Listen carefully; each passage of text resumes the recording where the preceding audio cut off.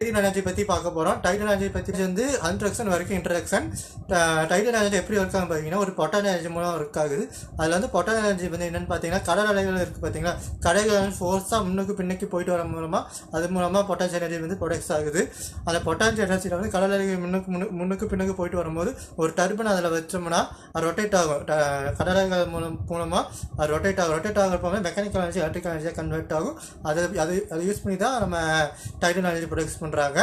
Tidal energy வந்து tidal எனர்ஜியை வந்து 2 மெத்தட்ஸாக வந்து கன்ஸ்ட்ரக்ட் பண்ணுறாங்க. 2 மெத்தட்ஸ் என்னென்னு பார்த்தீங்கன்னா, டைடல் பேரேஜஸ் அண்ட் டைடல் ஸ்டீம். இது வந்து டைடல் ஸ்டீம்னு சொல்லுவாங்க. இது ரெண்டு மாதிரி இருக்குது.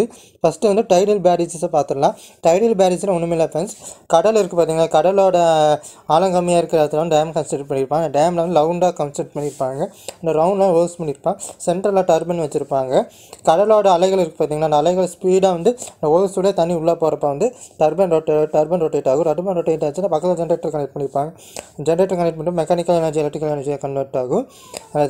சீர அலைகள் வந்து கடலில் இருக்கிற தண்ணி போய் டேமில் ஸ்டோரேஜ் பண்ணிக்கணும் பார்த்தீங்களா, ரிவர்ஸாக வெளியே வரும். ரிவர்ஸாக வெளியே வரப்போ வந்து அதே ரிவர்ஸாக வெளியே வரப்போ வந்து டர்பன் ரொட்டேட்டாக மெக்கானிக்கல் எனர்ஜியாக கன்வெர்ட் ஆகுது. இதே மாதிரி ஃபார்வர்ட் ரிவர்ஸ் வந்து டர்பன் போயிட்டு வரப்போ வந்து டர்பன் ரொட்டேட் ஆகுது. இதே மூலம் எலக்ட்ரிசிட்டி ப்ரொடக்ட்ஸ் ஆகுது.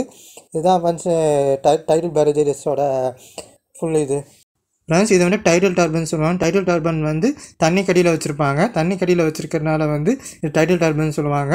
பார்க்குறதுக்கு விண்டுமில் மாதிரியே இருக்குது. இந்த விண்டுமில் மாதிரி இருக்கிற டைடல் டர்பன் வந்து கடல் கடியில் வச்சுருப்பாங்க. நார்மல் விண்டுமில் வந்து காற்று அடித்தா சுற்றுது.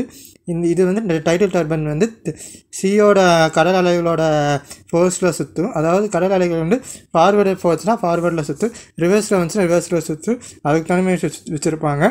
இந்த டைடல் டர்பன் வந்து குரூப்பாக தான் செட் பண்ணி வச்சுருப்பாங்க. இது வந்து ஆழம் கம்மியாக இருக்கிற செட் பண்ணி வச்சுருப்பாங்க. இது செட் பண்ணி வச்சுருக்கிற ஏரியா வந்து ஃபுல்லாக வந்து ஆழம் கம்மியாக இருக்குது. இந்த கப்பல் போகாது. அதுக்கு தனியாக மேலே இண்டிகேட்டர்ஸ் எல்லாம் ஃபிக்ஸ் பண்ணி வச்சுருப்பாங்க. ஃப்ரெண்ட்ஸ், இப்படி தான் வந்து எலக்ட்ரிசிட்டி ப்ரொடியூஸ் பண்ணலாம். மெக்கானிக்கல் எனர்ஜியாக எலக்ட்ரிக்கல் எனர்ஜியாக கன்வெர்ட் பண்ணிகிட்டு இருக்காங்க. ப்ளஸ் டைடல் எனர்ஜியோட அட்வான்டேஜஸ் வந்து என்வரான்மெண்ட்டுக்கு ஃப்ரெண்ட்லி, மெயின்டெனன்ஸ் காஸ்ட் வந்து கம்மி, அதே சமயம் அதிகமாக வந்து எலக்ட்ரிசிட்டி ப்ரொடியூஸ் பண்ணலாம். அதிக தேவை விண்ட் எனர்ஜி ஹைட்ரோ எனர்ஜியை விட. இது வந்து டிஸ்அட்வான்டேஜஸ் தான் இது. அதாவது வந்து இன்சுலேஷன் காஸ்ட் ஜாஸ்தியாக இருக்கும். கடல் அலை ஸ்பீடாக வரதுக்கு வந்து டேமேஜ் ஆகிறதுக்கு வாய்ப்பு இருக்குது. அதனால தான் டைடல் எனர்ஜி வந்து அதிகமாக. ஃப்ரெண்ட்ஸ், தேங்க்ஸ் ஃபார் வாட்சிங். இந்த வீடியோ பிடிச்சிருந்தா லைக் பண்ணுங்கள், கமெண்ட் பண்ணுங்கள், எல்லாத்துக்கும் ஷேர் பண்ணுங்கள். அதே மாதிரி இந்த சப்ஸ்கிரைப் பண்ணிவிட்டு பக்கத்தில் இருக்கிற பெல் பட்டனை கிளிக் பண்ணிங்கன்னா நான் போகிற வீடியோஸ் கண்டிஷன் நோட்டிஃபிகேஷன் வந்து சேரும். என்னோட இன்ஸ்டாகிராம் நேம் வந்து எலக்ட்ரோபொலிட்டிக். அதில் போய் நீங்கள் செக் பண்ணிக்கோ ரியல்ஸ் எல்லாம். ஃப்ரெண்ட்ஸ், தேங்க்ஸ் ஃபார் வாட்சிங். இந்த வீடியோ பிடிச்சிருந்தா லைக் பண்ணுங்கள், கமெண்ட் பண்ணுங்கள், எல்லாத்துக்கும் ஷேர் பண்ணுங்கள். அதே மாதிரி இந்த சப்ஸ்கிரைப் பண்ணிவிட்டு பக்கத்தில் இருக்கிற பெல் பட்டனை கிளிக் பண்ணிங்கன்னா